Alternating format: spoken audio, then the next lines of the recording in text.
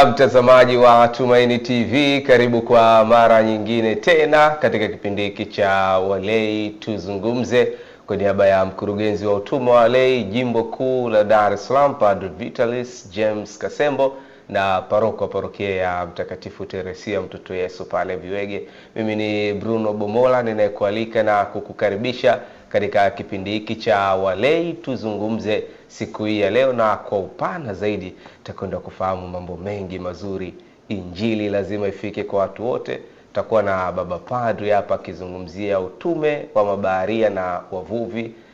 Lazima injili wafikie. Yeye amekuwa akiwafuata kule kule wanapofanya shughuli zao za kila siku, ili kila mmoja aweze kuhubiriwa. Lile kanisa la kisinodi, ushiriki nao misionari huo unaonekana kuanzia hapa. Sisi tumezoea kumfahamu kama Padri Mashinani, lile jina lake lile la ubatizo na upadrisho kama linapotea hivi. Kwa nini alianza kuitwa Padri Mashinani? Pia utapata nafasi ya kusikia hayo yote ambayo tumekuandalia katika kipindi hiki cha Walei Tuzungumze siku ya leo. Baba, tumsifu Yesu Kristo. Milele amina. Hongera sana.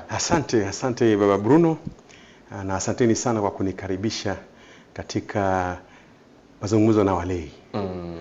Baba, lile jina lako la asili la ubatizo kama linapotea, hebu wakumbushe lile. Ni kweli linapotea, hata mimi mara kadhaa sasa nashtuka mtu akiniita Father Patrick. Nashtuka kidogo kwa sababu limemezwa kidogo na jina ambalo niliweza litafakari katika maisha yangu ya parokia hapa Kimara Mtoni, Mtakatifu Maria Magdalena, ambapo yapata miaka karibu 7 nilikuwa parokiani kama paroko, na pale ndipo niliweza sio kubuni, bali ilikuwa ni kauli ya maisha ya kiparokia ya kichungaji. Na pale nilijaribu kama kuhani yeyote, padri yeyote ambaye anaingia katika sehemu na anajaribu atafute wale wenye shina ambao ni familia ya Mungu, familia takatifu. Kwa hivyo ikawa basi ikawa kauli ni kwamba imani iende kwenye shina, na ikawa imani mashinani. Na popote nilipoenda basi nilikuwa ni mtu na tambulika katika hilo shina, na nikisema imani watu walikuwa wanasema mashinani. Basi mashinani ikawa ndio jina ambalo sasa lilikuja likapendeza zaidi katika utume wangu. Baba, kuna simulizi nyingi kweli, inaonekana pia wewe na maji damu ukapelekwa kule Kimara Mtoni alafu ukaja kwenye mabaharia. Basi kabla kwanza kipindi hiki ni kukaribisha uweze kutufungulia kwa sala. Asante sana. Basi tumshukuru Mwenyezi Mungu kwa siku ya leo, lakini pia kwa yale ambayo tumeyaishi mema, kwa jina la Baba na la Mwana na Roho Mtakatifu. Amina. Mungu Mwenyezi mwenye baraka tele, mwenyewe umeanzisha mito mbalimbali. Lakini katika mito hizi zote wewe watuangazia kwamba tuweze kuishi upendo ambao pia uliweza kudhihirishwa na kutuangazia na mwanao wa pekee Bwana wetu Yesu Kristo, ambaye kwake ilikuwa ni kuweza kuishi yale aliyotoa kwako.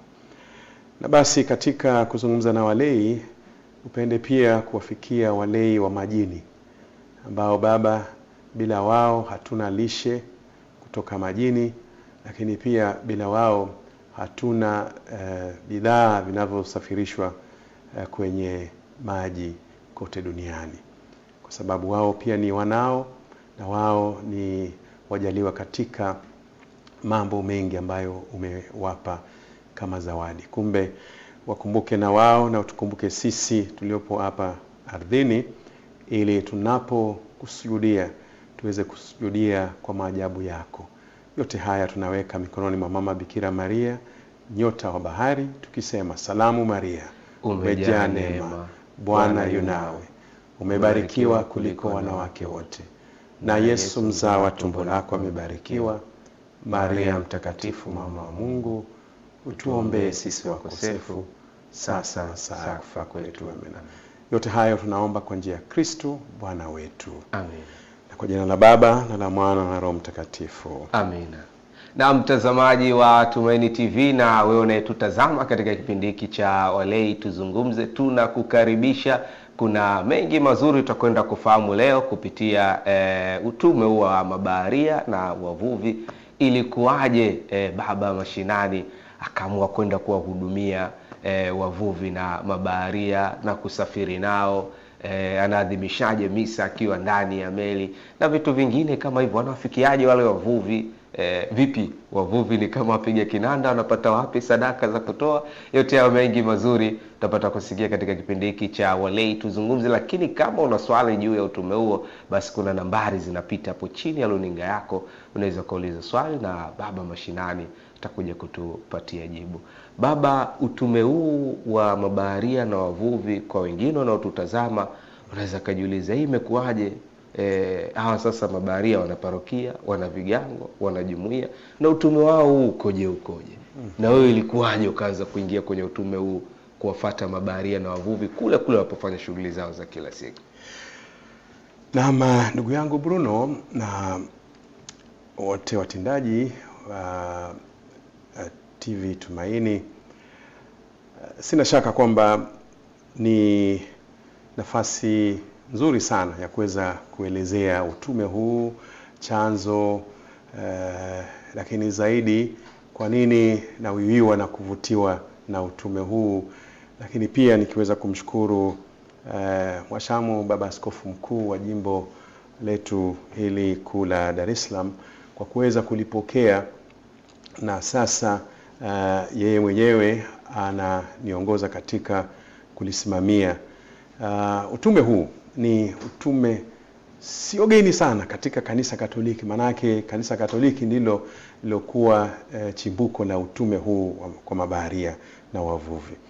Hasa katika chimbuko lake kule nchi ya Scotland. Wale wanaojua ramani ya nchi za Uingereza ama Great Britain, nchi ya Scotland ambao mji wake mkuu ni Glasgow, pale paliibuka swala nzima la huruma ya Mwenyezi Mungu ama upendo wa Mungu.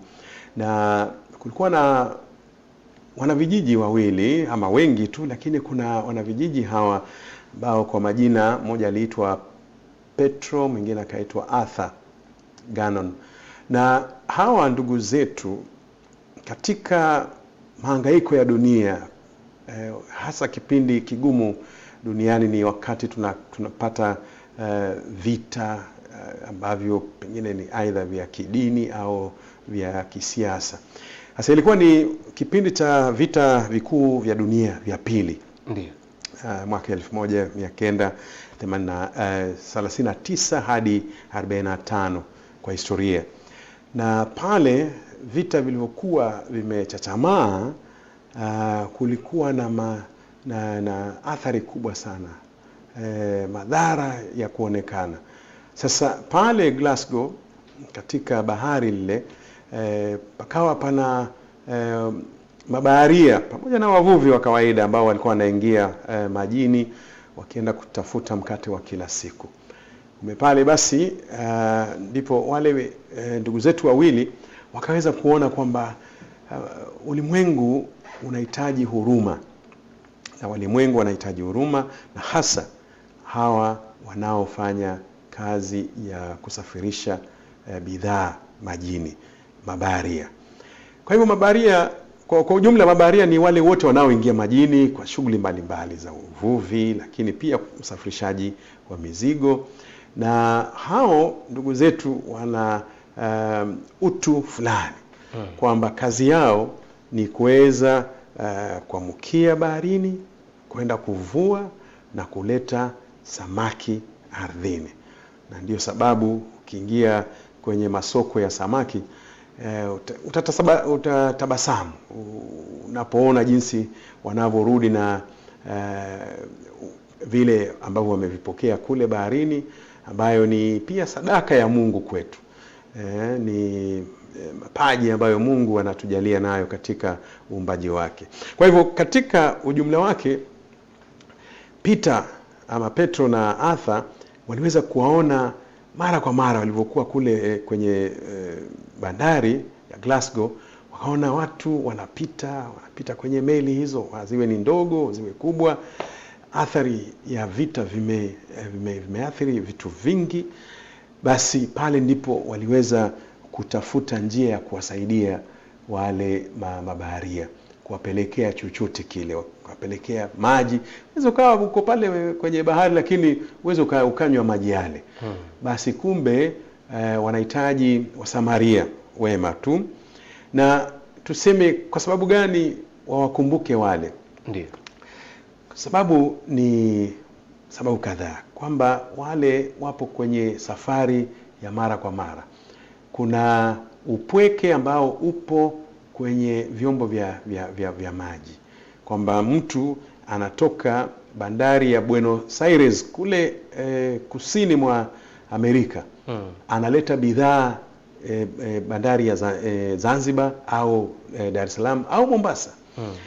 Kwa hivyo kwa kipindi kile walikuwa wanachukua muda mrefu sana, muda mwingi majini. Na pale ndipo pia panakuja swala nzima la nyota, ambayo ndiyo kielelezo chetu. Kwenye nembo yetu pia kuna ile nyota ya bahari, ambayo pia ni jina la Mama Bikira Maria.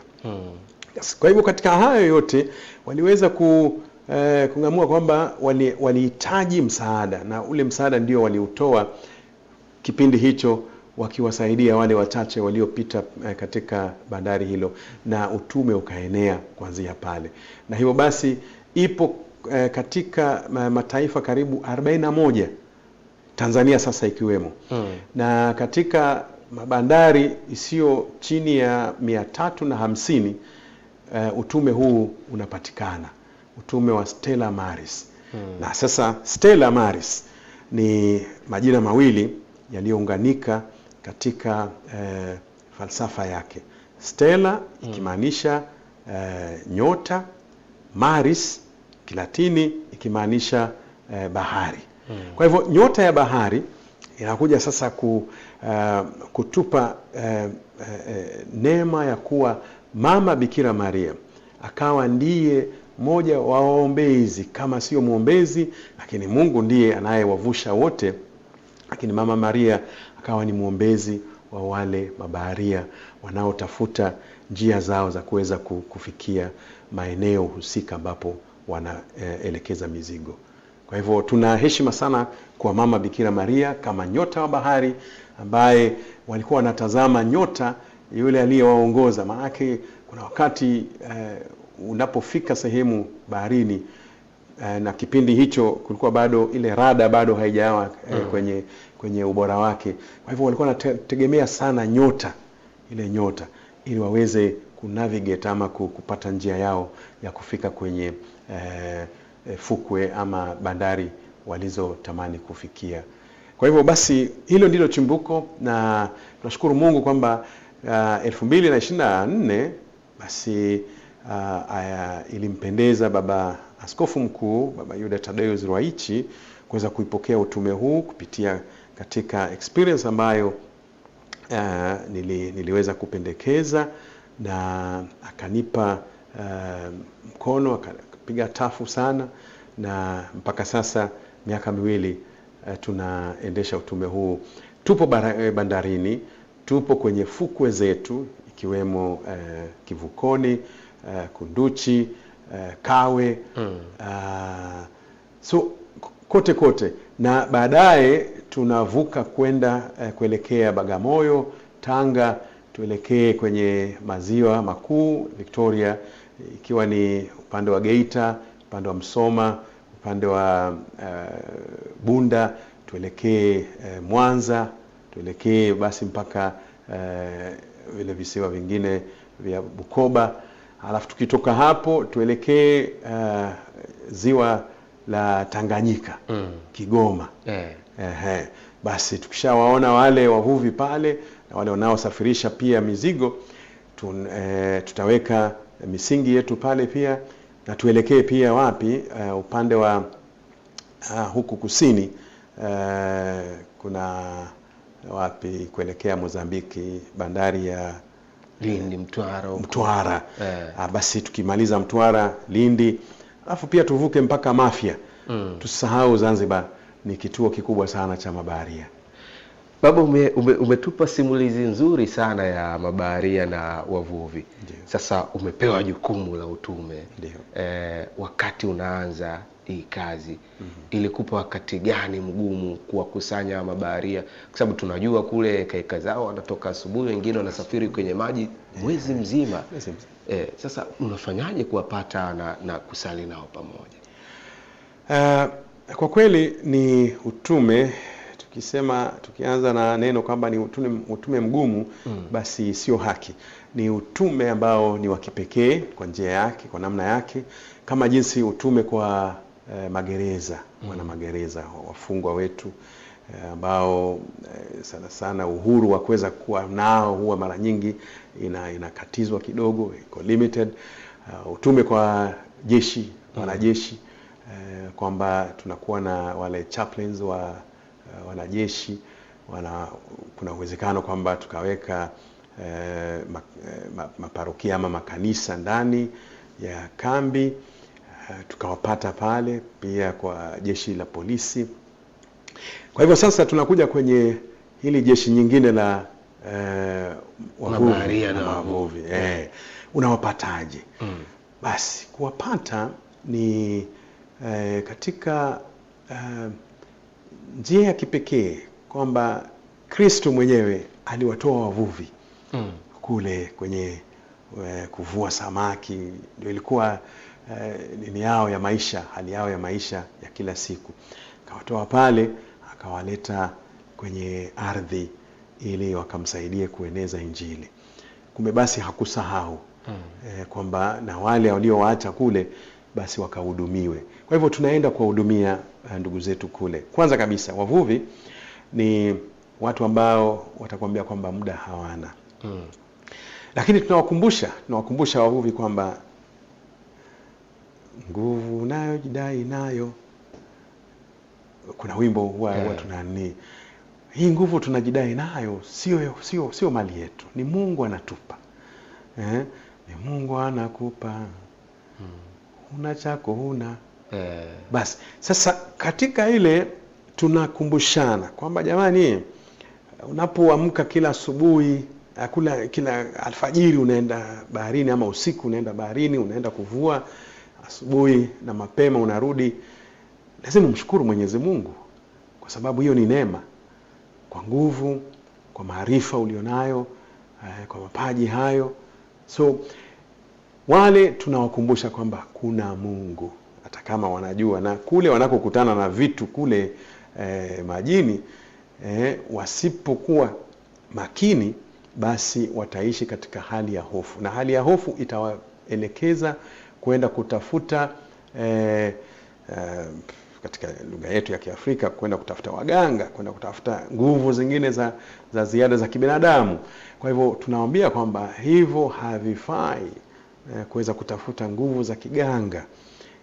Mrudie Yesu, mchukue Yesu, nenda na Yesu katika shughuli zako za kila siku majini, ili unaporudi na kuweza kuuza samaki, ama kumletea tajiri samaki uliowavua, basi na wewe ukapewe haki yako na ukaendeleze familia yako vizuri. Kwa hivyo swala lingine nyeti kwa wavuvi ni swala la familia. Familia ambayo kwa kweli hata sisi hapa tunapambana sana kuweza kuiweka familia imani mashinani hiyo. Na katika hali iliyo nzuri, hali ya furaha na matumaini. Kwa hivyo wavuvi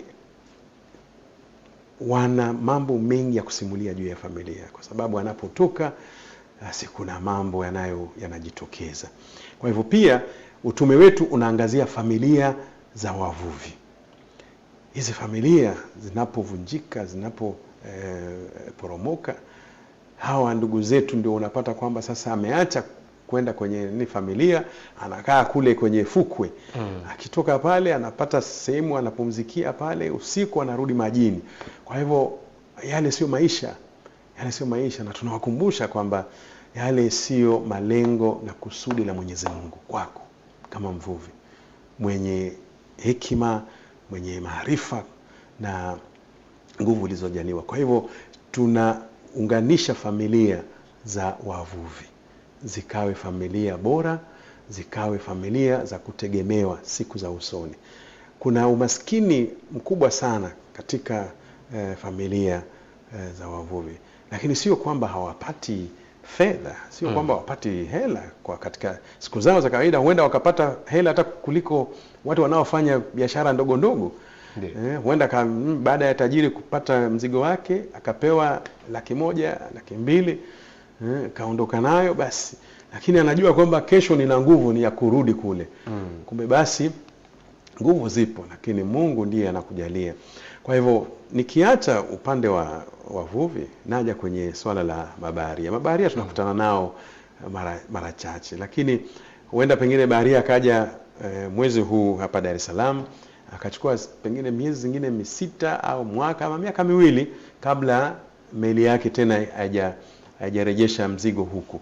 Kwa hivyo ni watu tunakutana nao katika mfumo wa mara moja.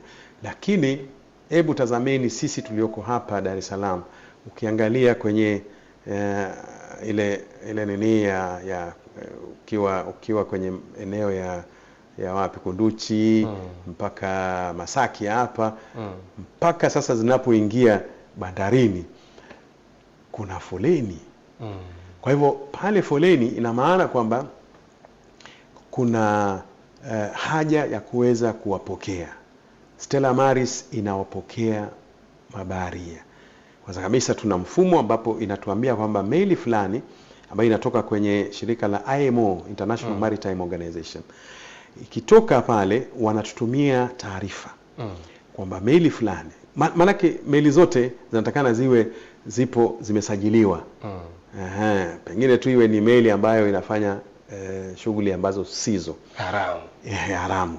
Kwa hivyo meli zote zikifika ili ziweze kutia nanga, tunapata taarifa kwamba meli fulani MV kitu imefika namba fulani, ina mabaharia 20 au ina mabaharia 10 ama 30 kulingana na ukubwa wa meli. Basi meli zile zikifika, tuna wajibu wa kuweza kuenenda kuona kwamba je, wapo sawa, wapo salama.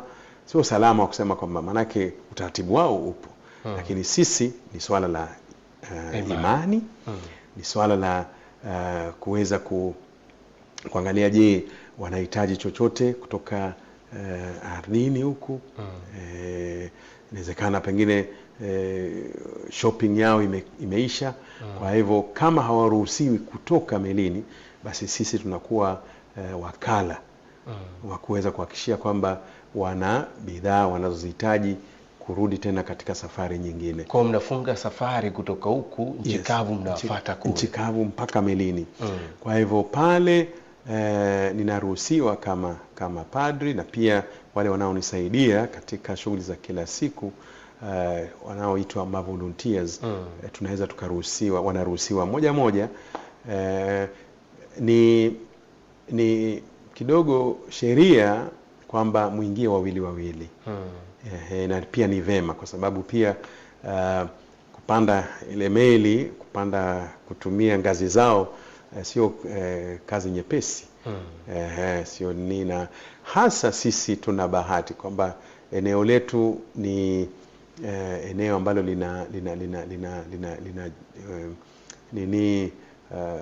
weather, tunasemaje, weather ni nzuri, hali ya hewa ni nzuri. Wewe kumbuka kwamba nyakati za baridi nchi zingine hawa lazima watoke wafunge lile ngazi ili waweze kuwa na mzunguko wa watu kuingia na kutoka katika baridi huo. Kwa hivyo ni kazi ngumu, ni hali ambayo wanajitolea. Kuna majitoleo kwa mabaharia ili kuweza kufikisha bidhaa zetu salama. Kuna majitoleo makubwa sana, na ni wangapi kati yetu tushapata kuweza kusema kwamba nita katika sala zangu kuombea watu nitamuombea baharia. Nakumbuka siku moja nilikuwa nalisimulia katika moja kati ya ibada zetu, maadhimisho pale Mtakatifu Yosefu katedrali, ambapo mama wetu mmoja mwenyekiti akasema, sijawahi wakumbuka hawa, lakini leo naona sababu ya kuweza kusema kwamba na mabaharia wawe kwenye orodha yangu ya watu mtakao waombea. Kumbe wanafanya kazi ngumu na njema na yenye tija kubwa sana. Basi hao ndio tunawashughulikia, lakini pia niweze kusema tu kwa ufupi kwamba baharia anapofika kuna mambo mawili, huenda wakaruhusiwa kutoka ama wasiruhusiwe. Nina jukumu la kuingia ndani na kuweza kuona kwamba je, kuna hitaji la misa, kuadhimisha misa takatifu ndani, au sala tu, au kuwajulia hali tu kiubinadamu. Yaani ile ina faraja kubwa sana kwa baharia, kwamba umeenda umemkaribisha, karibu sana Dar es Salaam, sisi Stella Maris tupo, panapo hitaji lolote basi usiogope. Alafu tunapeleka pia huduma ya mawasiliano, wifi. Inabidi tuwe na gajeti za wifi ambazo zina uwezo wa kuwasaidia wale kipindi wapo kwenye bandari yetu, waweze kuwasiliana na familia zao na waweze kujua hali ilivyo nyumbani. Pia yote mnafanya nini? Yote inapaswa tufanye, na ndio mwanzo wa utume. Gharama hizi nani anazilipia? Gharama hizi, asante kwa swala hilo. Gharama hizi ni tangu walipoanza wale ndugu zetu wawili, Petro na Arthur. Walienda kwa sadaka zao, majitoleo yao. Sasa majitoleo yao huenda pengine hayangeweza kutosheleza mahitaji. Na ndio sababu leo tuna furaha sana kwamba kupitia kwa maono makubwa ya Baba Askofu Mkuu wa jimbo letu kuu la Dar es Salaam, ametupa nafasi ya kuweza kuwahudumia hawa ndugu zetu.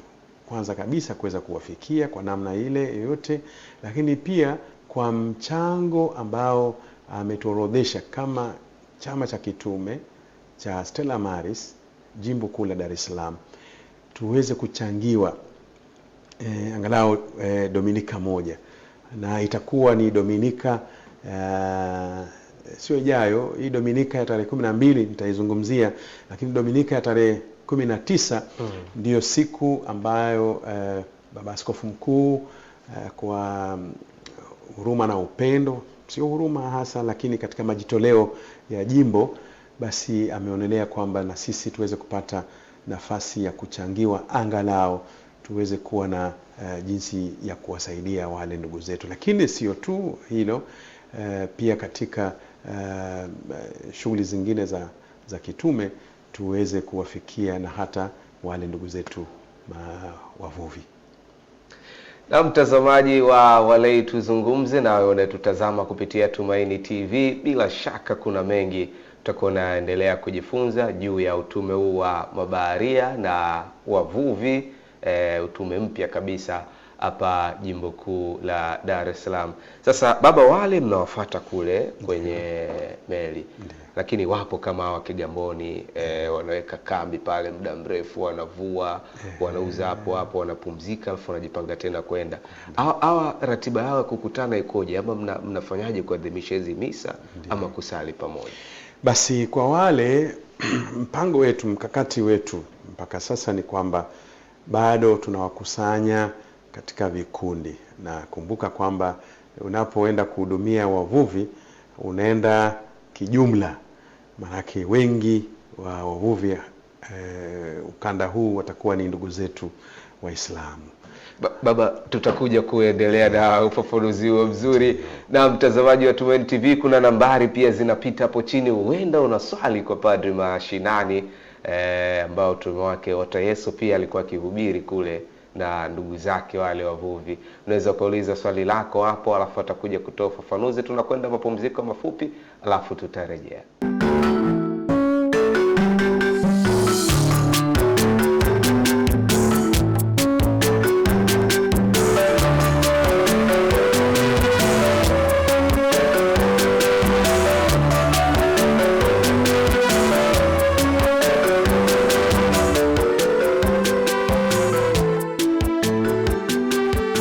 Na mtazamaji wa Tumaini TV, tumerejea tukiwa na Padri Mashinani akielezea kinaga ubaga juu ya utume huu wa mabaharia na wavuvi. Na kabla kwenda mapumziko niliuliza swali ameelezea wale wa kule mabaharia wanaokita kambi wakisubiri kushusha mzigo ama kupakia mzigo. Vipi sasa kwa hao wavuvi ambao wao wamekuwa wakifanya shughuli zao za kila siku? Lakini na kuna mwingine pia ametuandikia swali lake hapa. Nawe kama una swali, maoni ama ushauri juu ya utume huu, kuna nambari zinapita hapo chini. Usisahau kutuandikia unaitwa nani, unatokea parokia gani ama jimbo gani. Baba huyu anasema baba, uliwezaje kuadhimisha misa na wavuvi kwenye bahari na mabaharia na ulifanikishaje? Anaitwa Ntinginye Junior wa Babati mjini huyu. Asante. Karibu. Asante sana.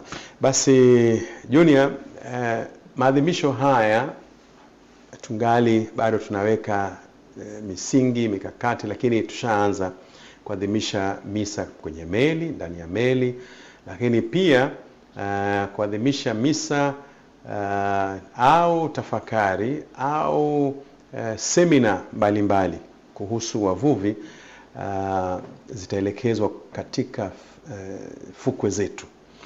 Kwanza kabisa wavuvi kuwapata ni kidogo ngumu, kwa sababu anaporudi asubuhi kasharudisha mzigo, kashampa tajiri mzigo wake, anatafuta sehemu mahali pa kupumzikia. Lakini tunawahimiza kwamba kwanza kabisa ni kuweza kujenga urafiki nao. Na kuna vikundi ambavyo tunaviandaa ambavyo ni vya kimataifa, vinaitwa Beach Management Unit, BMUs. BMUs kazi yao ni kuweza ni kama ushirika wa wavuvi. Ni kama sisi tumezoea sasa vikoba mtaani. Kwa hivyo wao pia wanakusanyika kwenye BMU ya kwao. Hapa Kivukoni kuna BMU. Inawezekana kwamba ndani ya BMU moja, ushirika huo, kuna BMU mbalimbali, watu kama 10, 20, boti 5 wanajiweka pamoja kwa malengo yao. Sasa sisi tunakuja kuangalia malengo yao, lakini pia malengo yetu sisi kwao. Kwanza kabisa ni kiroho, waweze kutambua kwamba wao ni wana wa Mungu bila kuangalia dini. Lakini pia katika hilo tunaelekeza macho yetu pia kuangalia ni jinsi gani tunaweza kufikia familia zao popote pale walipo, ili tuweze kuona kwamba familia hazija sambaratika. Lakini kwa swali lake ni kwamba je, tunafanyaje kuweza kuwaweka kwenye maadhimisho? Kwanza kabisa maadhimisho kwa wavuvi ni kwamba tuwape elimu. Elimu ni kitu cha msingi sana. Tuwape elimu kuhusu maisha bora ambayo wanafahamu, lakini kuwarudisha kwenye reli. Tuwape elimu juu ya uwekezaji na utunzaji wa fedha. Tuwape pia, na kwa hayo tunapeleka SACCOS ambayo tayari Baba Askofu Mkuu kashaidhinisha kwamba tuweze kuanzisha SACCOS kwa wavuvi. Kwa hivyo itaitwa wavuvi SACCOS, kama jinsi tulivyo na Upendo Catholic SACCOS ambayo ni SACCOS ya kijimbo, ya jimbo letu hili kuu. Tunahudumia wote, hata Waislamu wapo, lakini tuna wapa nafasi watu waweze kuwekeza kidogo kidogo ili waweze kupata mikopo pia kwa ni riba nafuu. Kwa hivyo sisi tunaelekea kwa wavuvi pia na dhana hizo za kuweza kuwaomba na kuwasihi kwamba waweze kujiunga na vikundi kama hivi vya BMU, ambapo BMU itaingia kwenye SACCOS na SACCOS itawasaidia katika kama jinsi benki zinaenda kwao, na sisi pia tunaenda kwao katika namna hiyo ya kipekee.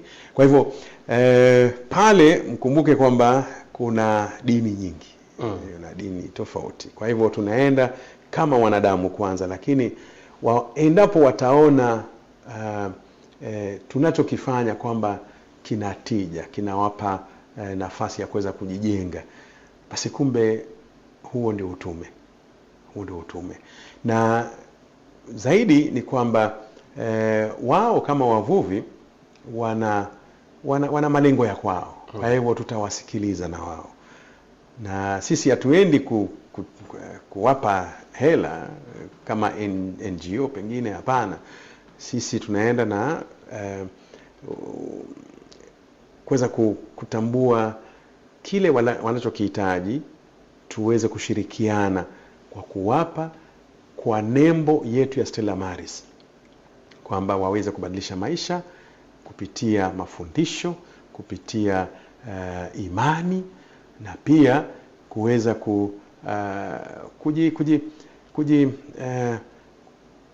kupata nafasi ya kuweza kutufahamu vizuri sisi wana Stella Maris. Kama jinsi nilivyosema, ilikuwa ni tendo la huruma. Basi na sisi pia tunaendeleza tendo la huruma, ila hatulemazi watu. Baba, kuna simulizi nyingi kweli kweli na za kutisha na kuogopesha baharini, lakini pia kuna miongoni mwa baharia wanaonekana wakatili sana, na ukiambiwa bwana hii meli ya Kigiriki unaanza kuwa na wasiwasi. Hizi simulizi ulianza kuzisikia kabla hujaingia kwenye utume huu. Sasa umeingia kwenye utume huu. Hali ikoje huko baharini? Hali ni kama, kwa mfano tu, ni kama daladala. Huenda pengine tukapata konda ambao wanatukaribisha vizuri, lakini saa zingine ukapata konda ambao wakati unapanda wewe ni mgeni mwema, unakaribishwa vizuri. Unaposhuka unaweza ukapitishwa, unaweza ukaambiwa kwamba shuka, gari laondoka. Basi hayo yote yapo katika mfumo wa mwanadamu. Lakini kule melini au kwenye nafasi ya bandari, watu aina wote wako kule. Maisha yetu, utu wetu ndivyo ilivyo. Lakini sisi tunaenda kuwa na watu ambao wamekuwa baharini, majini kwa kipindi kirefu. Kwanza kabisa ni upweke, manake meli ni kama jela, ni kama gereza. Kwa kipindi cha miezi mitatu upo pale ndani, huwezi ukatoka, huwezi ukafanya, lakini mpo kazini. Kwa hivyo, na hebu itafakari kwamba pengine mabaharia wawili hawaelewani, na mpo kwenye eneo lile ndogo la meli, na lazima mfanye kazi pamoja. Kwa hivyo wanahitaji pia wakifika kwenye bandari kama bandari ya Dar es Salaam, wapate msaada wa kisaikolojia, watu kuongea nao, watu kuwashauri. Na maanake baharia anaweza wasipopata pia na saa kama hizo, kuna madhara. Kuna madhara wanapokuwa kule majini, chochote chaweza kutokea. Kwa hivyo ni swala la msingi sana kwamba tuweze kuwakaribisha, tujue changamoto zao walivyosafiri. Dhoruba za meli ni nyingi. Wewe angalia mfano tu, sisi tunatoka hapa kwenda kisiwa cha Zanzibar na feri zetu hizi, lakini bahari likichafuka, watu huwa wana hofu kubwa sana. Kwa hivyo wewe ichukue hivyo na ukachukua kwamba kuna mtu yupo baharini kwa mwezi mzima au hata miezi miwili mitatu. Kwa hivyo ni swala la yeye pia kupewa matumaini kwamba yote haya unayafanya kwa sababu ya familia. Huwezi ukaifanya kwa lingine tofauti. Maana kama ni anasa, pale hamna anasa. Na hata ukitoka nje ukaingia mji wa Dar es Salaam, pengine itakuwa ni siku moja, siku mbili. Kwa hivyo pale anabeba dhana kamili ya familia, na nateseka kwa sababu ya familia yangu. Kwa hivyo hilo ndilo swala la kwanza. Lakini pia ili aweze kuboresha maisha yake, baadhi ya Watanzania wapo kwenye ubaharia, na wao pia tunakutana nao ambao wanafanya Urusi, wanafanya popote pale ambapo meli zinawapeleka, na tunashukuru Mungu kwamba wanatupa taswira pia ya kazi hii. Changamoto ambayo inakuja kwenye swala la mabaharia unapokutana nao ni lugha. Maanake ukipata ni Warusi, pengine lugha ya Kiingereza basi inakuwa ni lugha ambayo inaweza ikaeleweka na wengi, lakini sio wote. Kwa hivyo inabidi pia na hawa ndugu zangu ambao tutakuwa tunashirikiana nao kwenda kuwahudumia, hata tuweze kupata shule za lugha tofauti, hasa Kichina, Kirusi. Warusi ni wengi sana kwenye ubaharia. Wagiriki ni wamiliki sana wa meli, lakini basi wapati sana kwenye mizunguko. Kwa hivyo basi katika kila nchi kuna watu wa South Korea, wale wa Korea wa Kusini ni wengi, lakini watu ambao wana kamilifu ni Wafilipino. Ndugu zetu wale wana imani kubwa sana.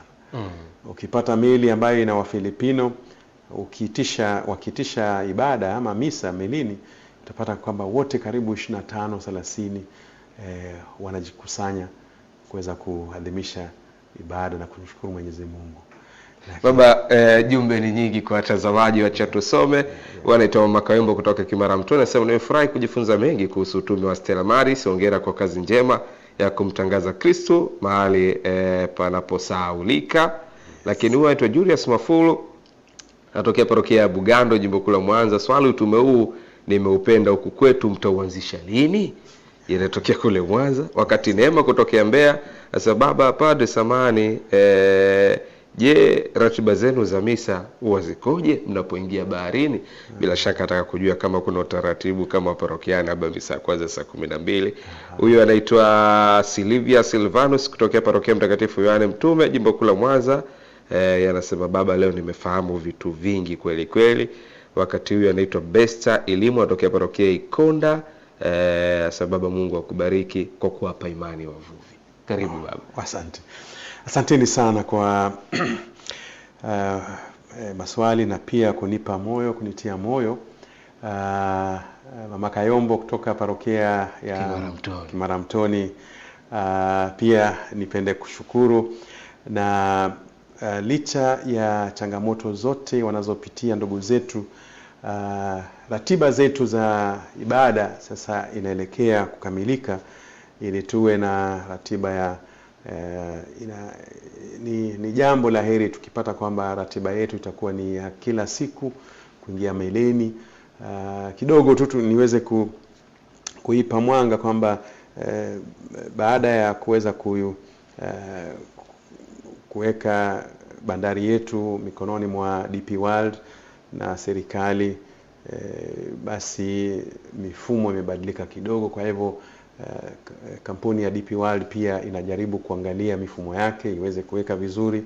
Kwa hivyo tumekuwa na changamoto kidogo ya kuingia na kutoka, lakini nina imani kwamba watakapokuwa wameweka vitu sawa, tutakuwa ni watu wa kuingia kila siku na kuweza kuwahudumia hawa ndugu zetu, manake meli zinaingia kila kukuchao na zinatoka. Na kwa hayo yote Mungu akijalia mapenzi yake, basi ibada zetu zitakuwa ni Dominika. Ndio tuna mipango ya kuweka misa kwa mabaharia kila Dominika, na tuna mipango tuna sehemu ambayo tunaiandaa, lakini pia kuna baadhi ya watu ambao wanafahamu Mission to Seamen ambayo imekuwa hapa tangu siku nyingi. Inaendeshwa na wenzetu wa Anglikana, na wao pia walikuwa na nafasi ya kutupa angalau ni saa ama masaa mawili ya kuweza kukaribisha ndugu zetu wa Katoliki wanapotia nanga kwenye bandari letu.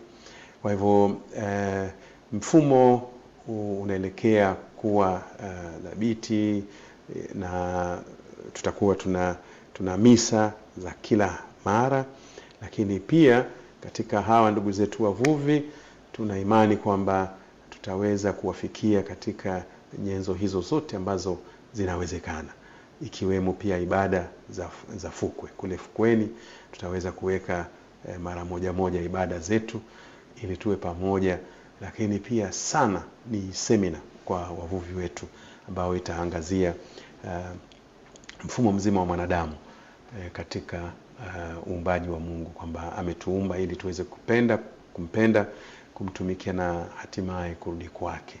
Na sote katika nia hiyo basi tupo pamoja.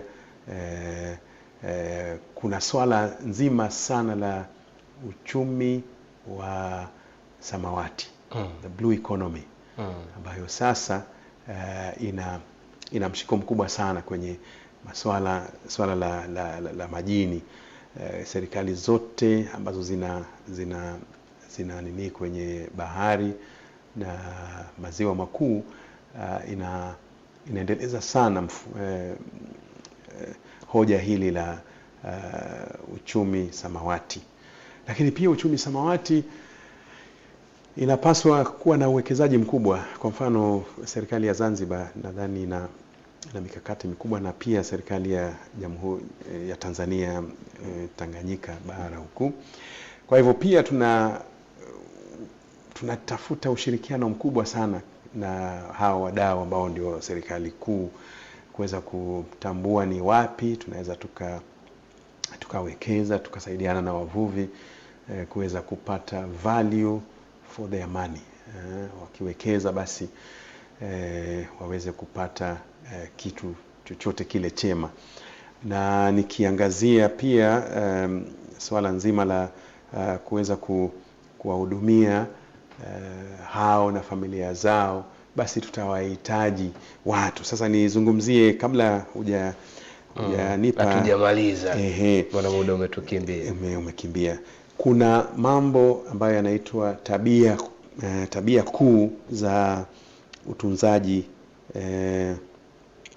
ama utu, character, ndio ya hao wote tunao ongelea character ya mwanadamu, kwamba kuna vitu vinne ambavyo tunapaswa kujua huyu anayeenda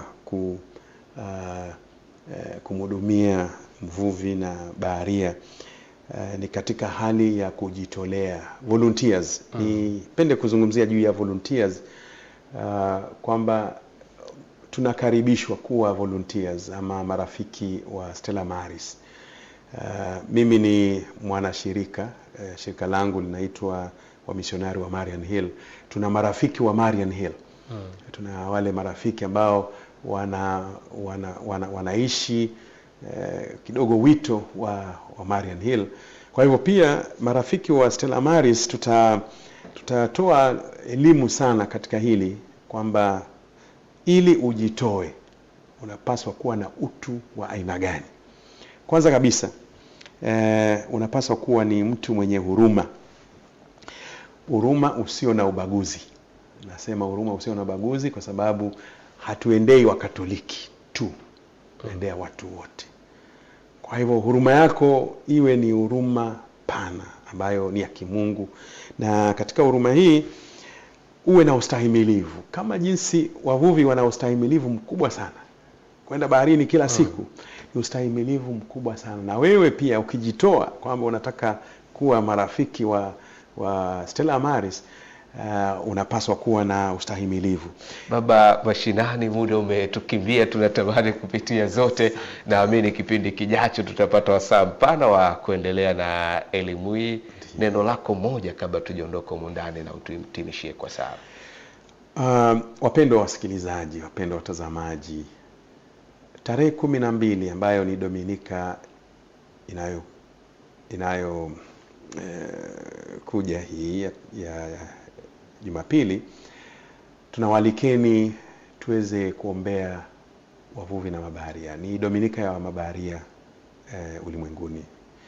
Dominika hii Kanisa Katoliki linaita Dominika ya pili ya mwezi wa Julai kila mwaka. Kwa hivyo haijalishi imeangukia tarehe 12, tarehe 14, chochote kile.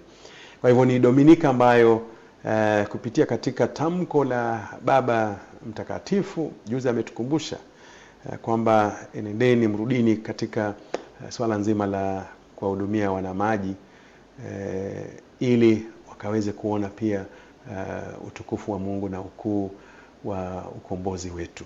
Kwa hivyo itakuwa ni Dominika ya kuwaombea wavuvi, kuwatakia heri, kumbuka familia zao ambao mara nyingi wanakuwa bila baba katika familia. Pia kukumbuka wale wachuuzi wa samaki, wale wamama ambao kila kukuchao wanaenda kwenye fukwe zetu kutafuta samaki, wanakuja kutulisha. Kumbe hao wote tuwakumbuke. Lakini tarehe 19 ni siku ambapo tutachangia utume huu. Popote ulipo, basi uwe pamoja nasi. Basi baba, tuhitimishie kwa sala. Asante sana. Basi tuombe baraka zake Mwenyezi Mungu. Na kushukuru sana Mungu kwa kutupa mapaji mbalimbali, na mapaji haya basi yakatumike kuweza kueneza utume, kueneza habari njema ya Injili ya Bwana wetu Yesu Kristo, kama jinsi alivyowaita wale mitume, nasi anatutuma ili tukaenende hata katika sio nchi kavu tu, bali katika nchi ya maji. Atukuzwe Baba na Mwana na Roho Mtakatifu, kama mwanzo na sasa na siku zote na milele. Amina. Mungu Mwenyezi wabariki wote wanaofanya kazi katika maeneo magumu, wakiwemo mabaharia na wavuvi, lakini hata na sisi hapa katika nchi kavu ambao utume wetu upo katika sehemu mbalimbali, wakiwemo jeshi na wengi hata wale wa angani. Basi wote hawa ni watu ambao umewajalia katika namna ya pekee kuweza kuongoza vyombo vyote hivi majini na angani. Nasi tunakushukuru kwa wema huo, ili uzidi kutupa mwanga, uzidi kuwa pamoja nasi tunapokuwa chumvi kwa taifa lako nzima, taifa ambalo wewe mwenyewe umeliumba. Yote hayo tunaomba kwa njia ya Kristo Bwana wetu. Amen. Bwana awe nanyi, na awe rohoni mwako. Nazidi kuwabariki na kuwatakasa Mungu Mwenyezi, Baba na Mwana na Roho Mtakatifu. Amen. Asante. Asante sana baba. Asante, tunashukuru. Asante sana Bruno. Nilikuwa na Padri Mashinani, mimi ni Bruno Bumola. Wiki lijalo basi tutakuwa hapa tukiendelea na utume huu. Kuna mengi mazuri bado hatujagusia. Tunakutakia utazamaji mzuri wa vipindi mbalimbali vinavyofuata.